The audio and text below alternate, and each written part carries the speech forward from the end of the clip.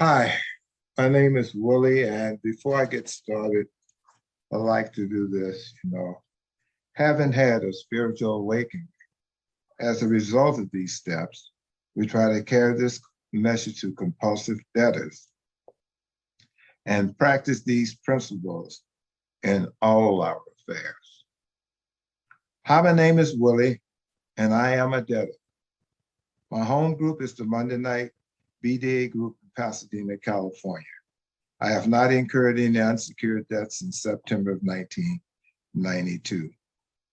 I also would like to personally thank the chair, Sharon, the planning committee, and Jonathan, one of the speaker coordinators, for asking me to do this.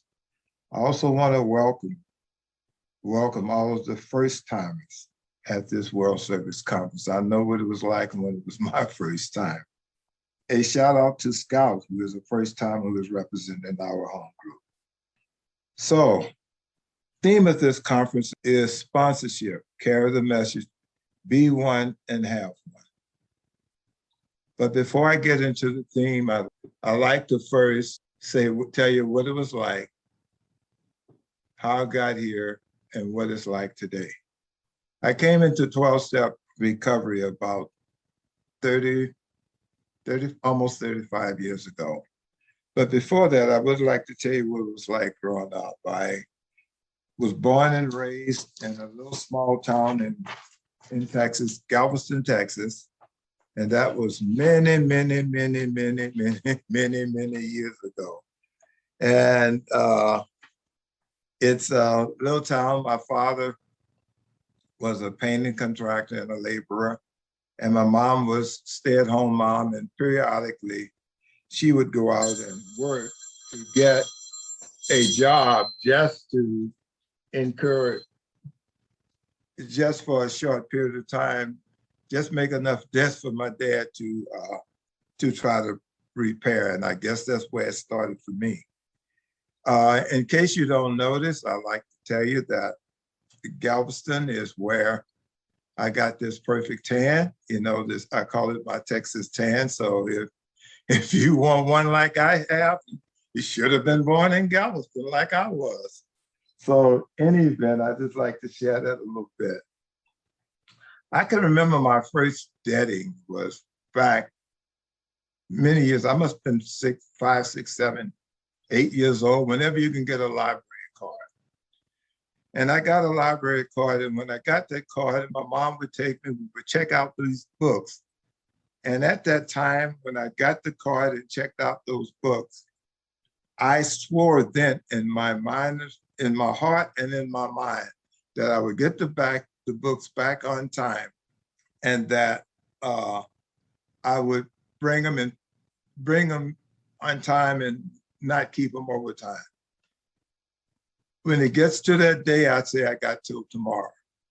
The day to do back, I got another day. And pretty soon, the day has passed for me to take them back. And I say, oh, well, I'm already late. And just typical debtor thinking, I'm already late. What's the difference? And the fines kept growing. And I did that so many times till they just snatched my library card. The second piece, I want to share this. If you notice, I said I'm a debtor. I didn't say I was somebody who was who got a problem with money. I didn't say that I just think too much. I told you I was a debtor. Some of us show ashamed to be a debtor, but that's what this 12-step program is. It's called Debtors Anonymous. It's not called Shamers Anonymous, or I got a problem with money. If you got a problem with money, then maybe go find a program that says, hey, this program is a problem with money program. But Debtors Anonymous says that, we share this is Debtors Anonymous, and we share our experience, strength, and hope. And that's what it's all about. A little bit further, I just want to share that at my teenage years, I wanted this fancy stereo, and then I had my aunt sign for it.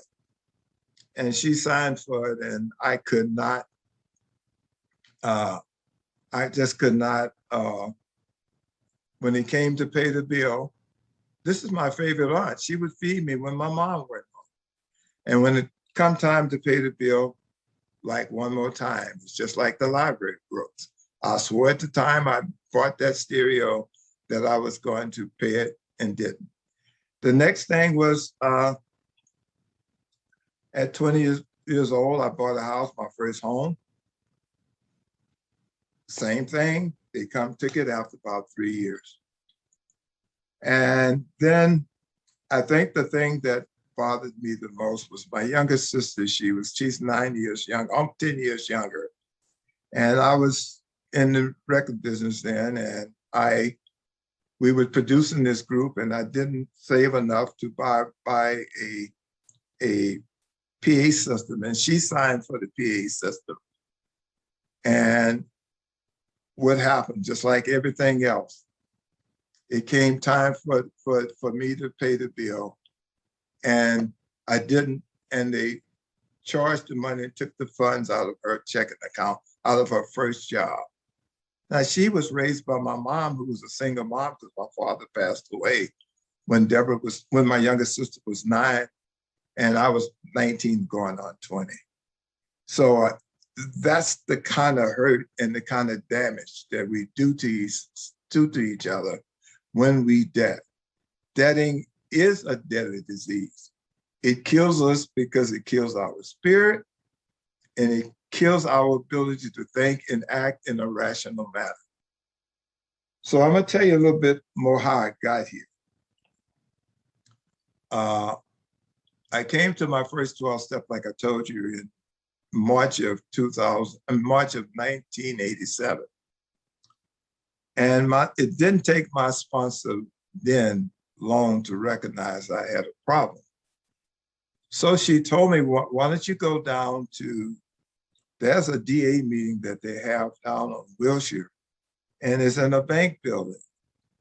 Well, hell, if you're a debtor like me, you wasn't going near no banks, because the only thing you felt about banks was that, hey, you were either bouncing checks, or they wouldn't open you another account because you had such a bad record of check bouncing, or the IRS or one of the agencies was debiting your account.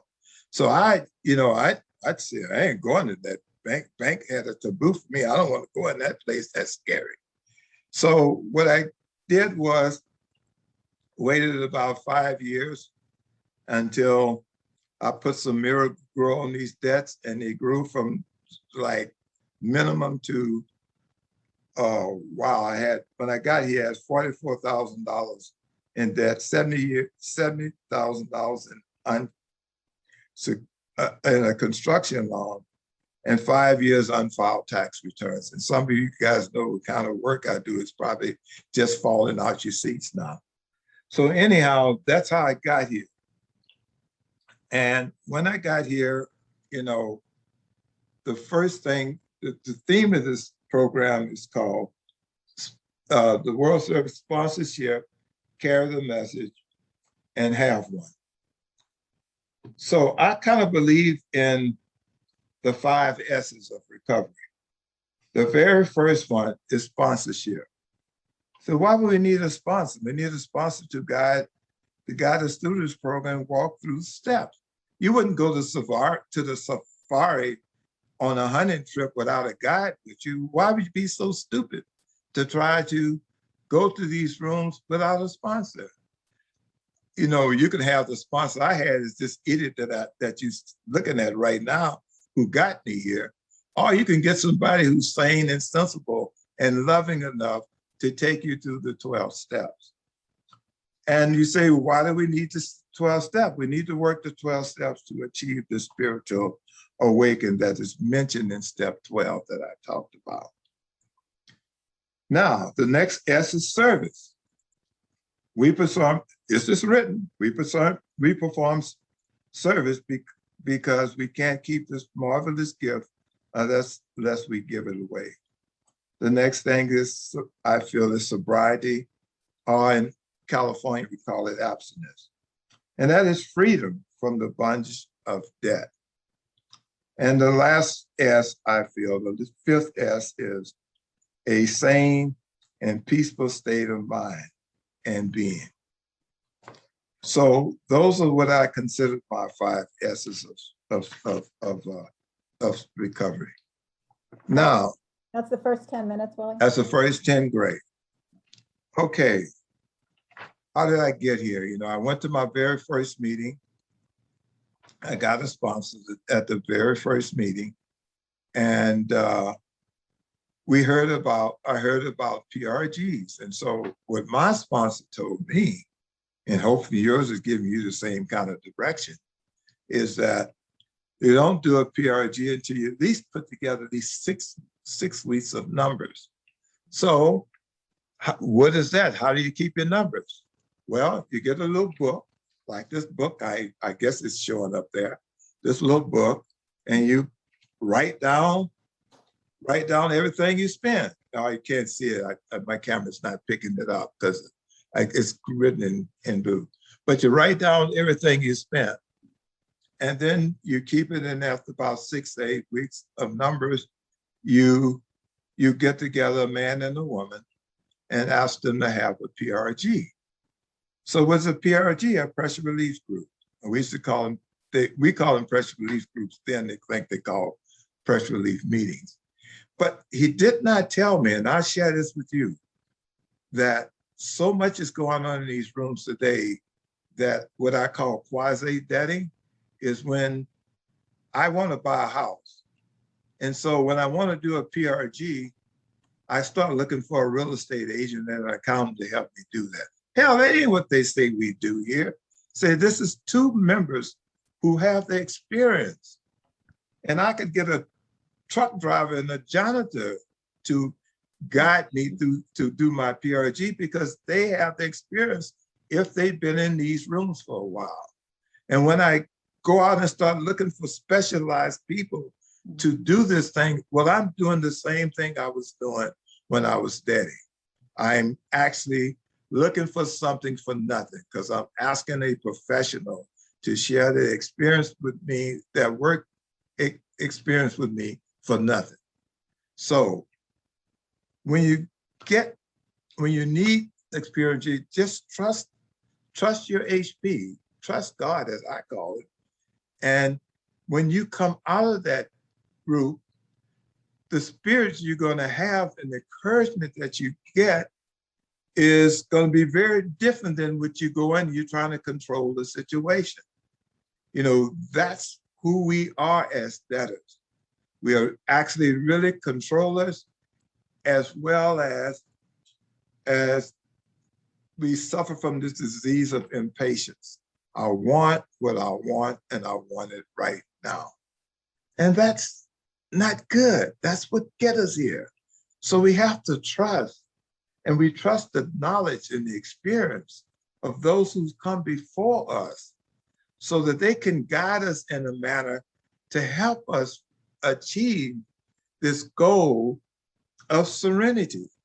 Serenity, a sane and peaceful state of mind, not the insane nights and things that we stay up with. Or in my particular case, my biggest part of my disease was buying fancy cars and keeping them for a while and not pay the note, and they come repossess it. Oh, I'd buy my fancy car and I'd ride all through Compton. I was in Compton, that came here. I'd ride all through Compton and lean in, you know, with the gangster lean and ride through the streets. And I'd ride for 3 or 4 days and they come pick up that bad boy. And I lived in the hood. So they asked me about what happened to your car, man. They said, oh man, these guys stole my car. I could get away with it then, but that's what it was like. Debting is something that can kill us. And it either kill you by worrying and grieving, or you put yourself in situations that you end up either get sick or dying and as a result of it. Now, let me talk about what happened when I got here. I got here and I got busy. I came to my first, well, let me talk about my home group. Well, I went to the big Saturday, 5 years later, I went to a Saturday meeting, and it was in early September 1991, 92. And that's when I got my sponsor. And after a couple of weeks, so I didn't debt anymore. But I don't want to act like I was uh, such a great program worker that I didn't debt. I didn't debt because nobody would have let me debt. So my debting stopped because I just couldn't get anymore. I had gone to the consumer credit counseling, and they said, "Man, your situation's so bad, we can't help you." So that forced me to come into the rooms of Debtors Anonymous. Like I said, I got a sponsor. I started doing the work.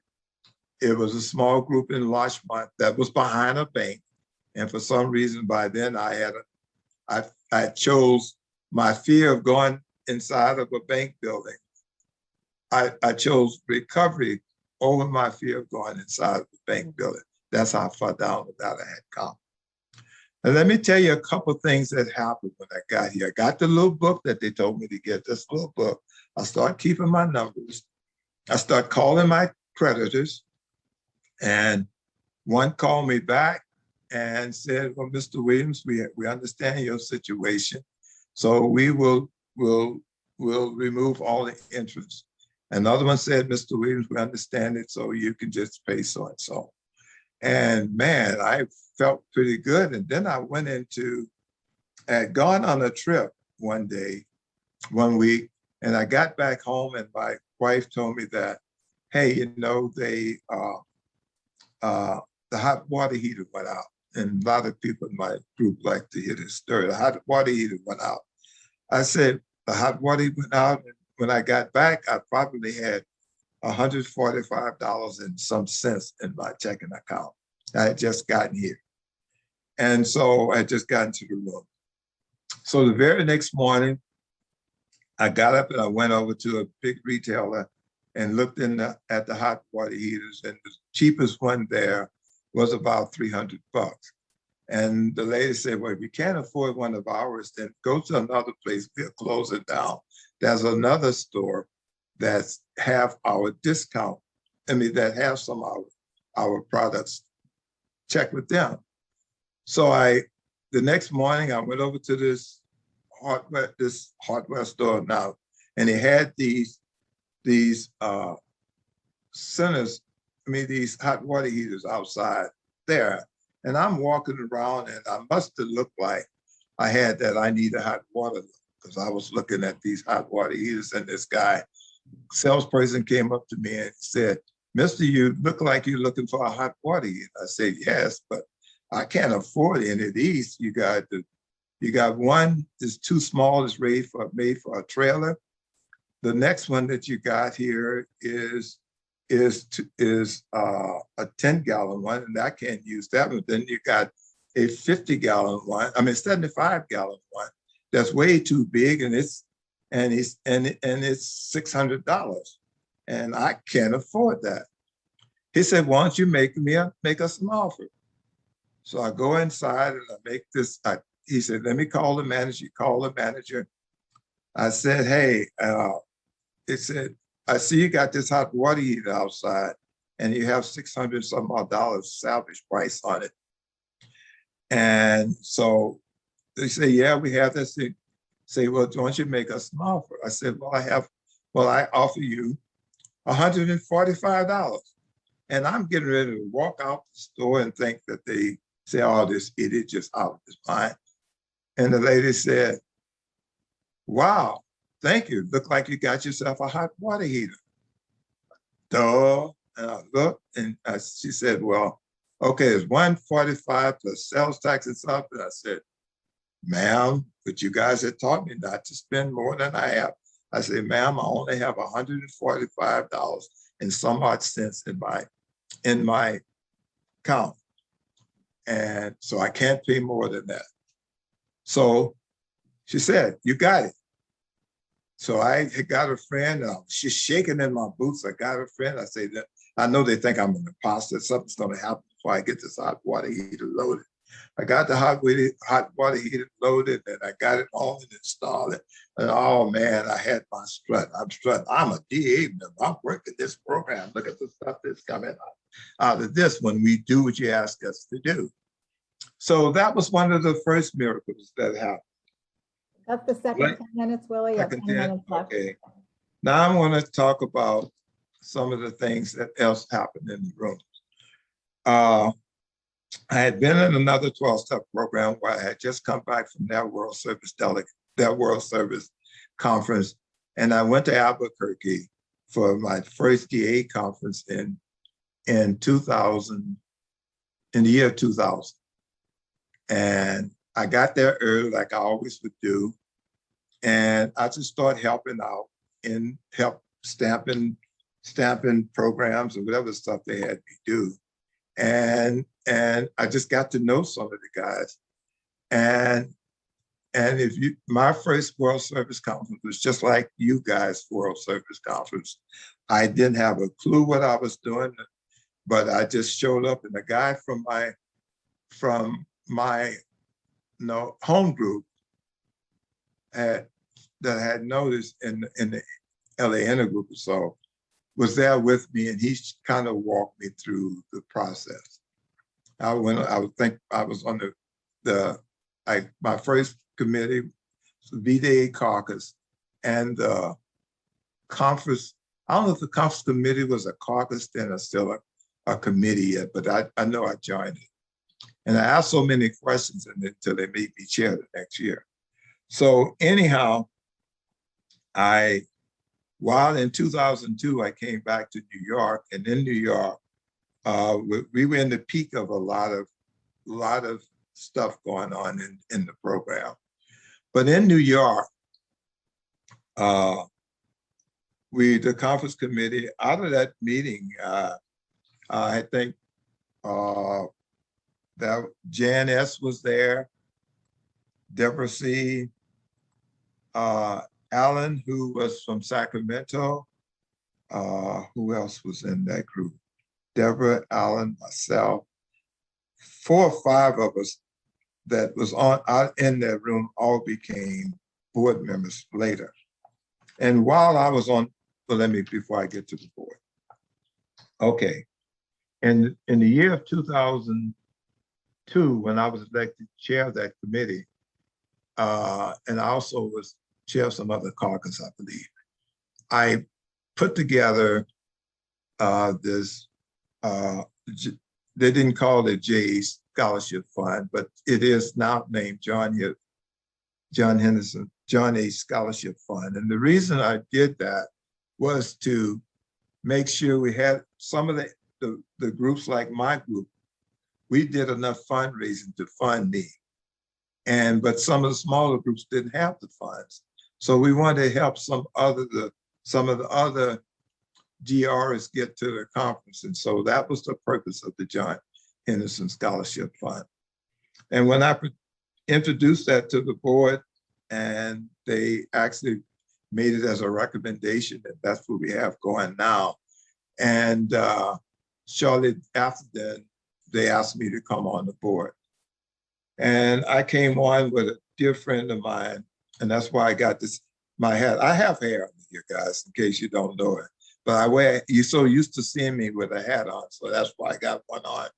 And my friend who went on the board with me, Ashland from San Francisco, we both wear hats a lot. If you ever see Ashland, you can always see it with hats.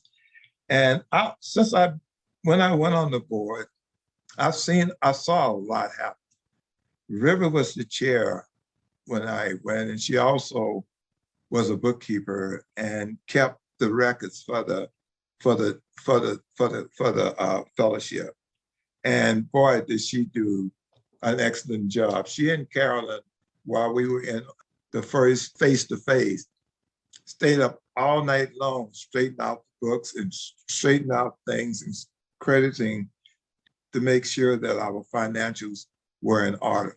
That was a time this whole organization was dead, and it's some of our early pioneers, River being one of them, helped get us beyond that. then we did later on after then we also later during my time on the board, there was a member, I think I saw her earlier today from New York, who had a literary background, who actually copyrighted all of our literature. We then also put together a contract to have right the first 12, 12, and 12. And I actually signed the contract. Carol was chair at the time. So then in my final year, we put together that it was Gene from New York, my dear friend Paul S. and myself and Alexandra. She's from New York too. We on top of doing everything else at the time, we spent the time because we wanted to have the delegates to have some guide when they come to the conference. So we put together that, I think you guys call it dams, and we did all of the footwork.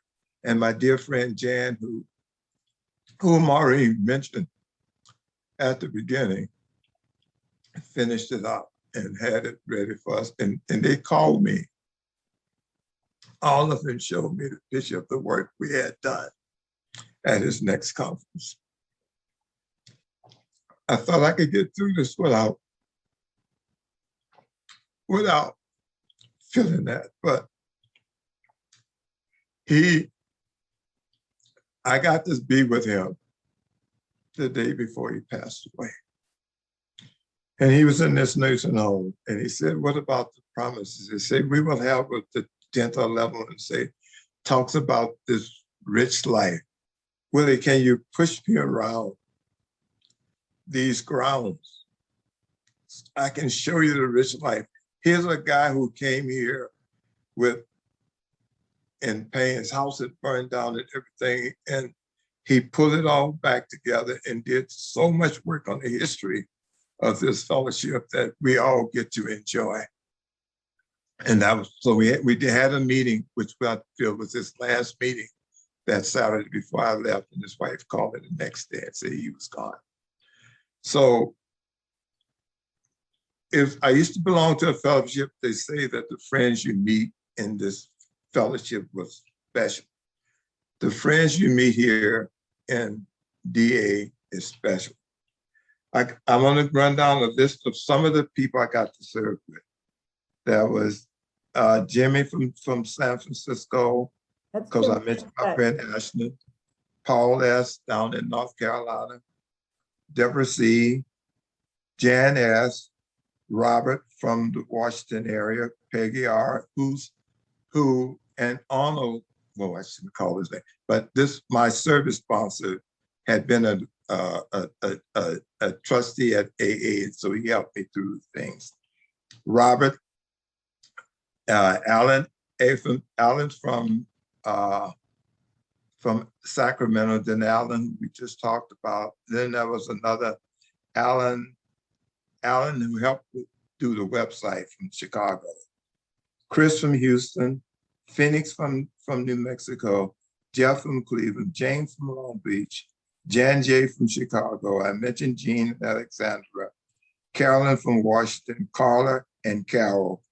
And Howard was the office manager. And we felt that how could we have a conference without getting the information from the office? So I brought to the board a resolution. Let's bring the office manager to the conference each year so he could give us an up-to-date report on what's going on with Debtors Anonymous. So bear with me. I want to read something here. I didn't read everything that I need to hear, but there's one thing that I want to share with you guys before I leave, and please don't go before I do. And this was part of my last talk.